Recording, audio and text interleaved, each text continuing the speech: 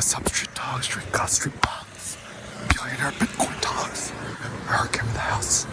Alright, some thoughts. Alright, so looks like everyone wants to become a billionaire. I mean, it's pretty easy. The infinite money hack is buy Bitcoin. It's interesting now that I'm in Cambodia. I mean, you're Cambodian, you cannot buy MSTR, you cannot buy MSTU, MSTX. And so if you think about this from a global perspective, I've just been telling local Khmer kids, just like study Bitcoin on TikTok or YouTubies. The big secret is actually just like, don't get suckered by all the other fake stuff, like, anything that's not Bitcoin. The simple analogy I've been making to kids is Bitcoin's digital gold, everything else is like fake cubic zirconians.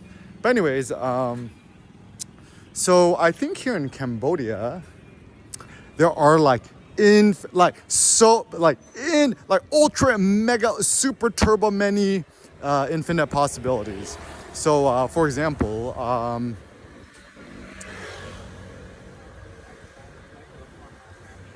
it's the only country, state I've been to that actually is dollarized, is like a pure dual currency. Like, it's really fascinating. So the local Khmer real and the US dollar is like universally accepted everywhere.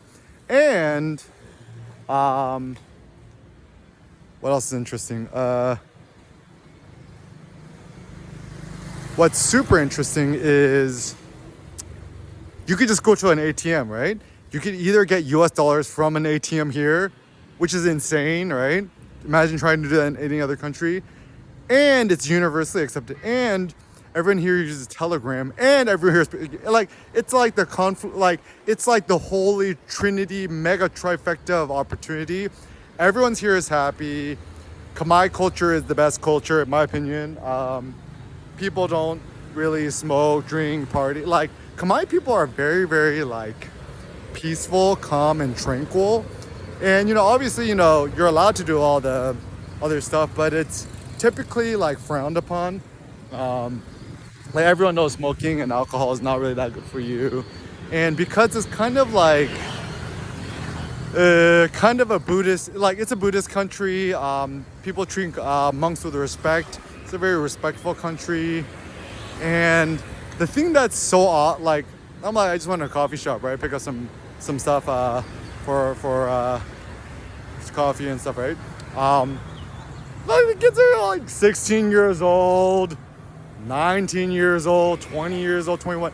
If you meet somebody who's 28 here, they're considered kind of old, right? Whereas in America, everyone is so old. The average age in America was 45? It seems like. In Korea, South Korea, 55. Japan, it's 59. Investing in a place or living in a place where there's lots of young people and vibrant energies is the secret to happiness, in my opinion. It's pretty obvious. The energy in the air, Telegram. Everyone uses Telegram. I'm gonna start using Telegram, the paid pro thing. I'm kind of curious, right? And actually, it's interesting too because Telegram is nation state resistant.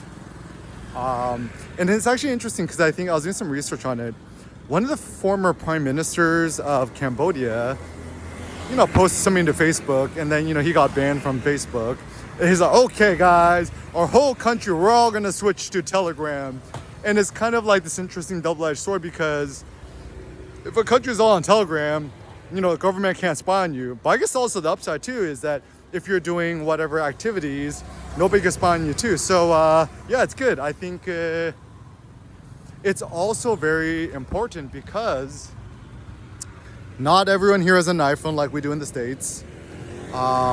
So you could Telegram somebody with a $20 Android device as well as somebody with a $2,000 iPhone.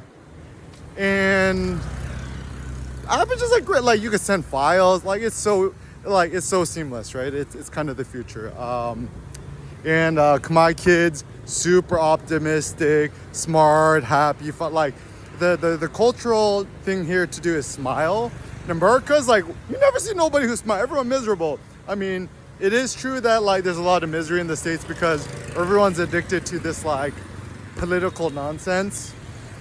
One of the refreshing things about being here in Phnom Penh, Cambodia, like people are pretty apolitical, and as a consequence, people just like live better lives. Like anyone who cares about politics and you're like, you know, whatever, trying to save the, like, bro, the planet don't need your saving. It don't need your saving. The planet will be fine without you. Like if I could wave a magical wand and tell you that, you know, the whole planet will be fine. Like even humans' damage to the planet is 0.00001% of what it could take. Would that change your worldview? I mean, I might be right, I might be wrong. I may be kind of right, kind of wrong.